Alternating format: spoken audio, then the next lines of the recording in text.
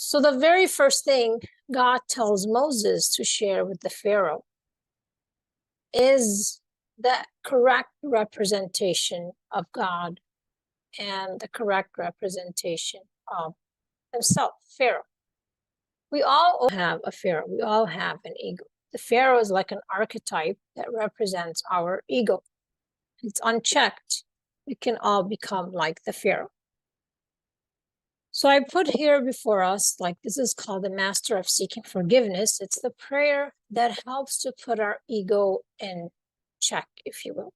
Oh Allah, you are our Lord. None has the right to be worshipped except you. You created me. I am your servant. Abide to your covenant and promise as best I can. I take refuge in you from the evil of which I have committed.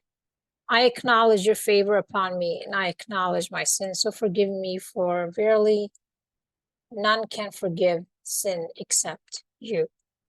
So in doing so, in following this, keep your ego in check, then you could see that we're now are able to start having other conversations about the Quran or even about God. But initially, you have to first begin with nurturing cognition and awareness of God.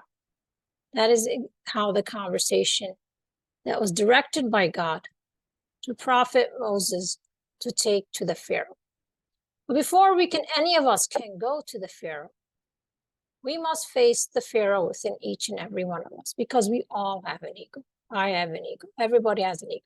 So that conversation, remember, Moses was nurtured under a prophet before he was taken to speak to the Pharaoh. So we must all have this conversation first and foremost before we go any Pharaoh out there. Have this conversation with ourselves.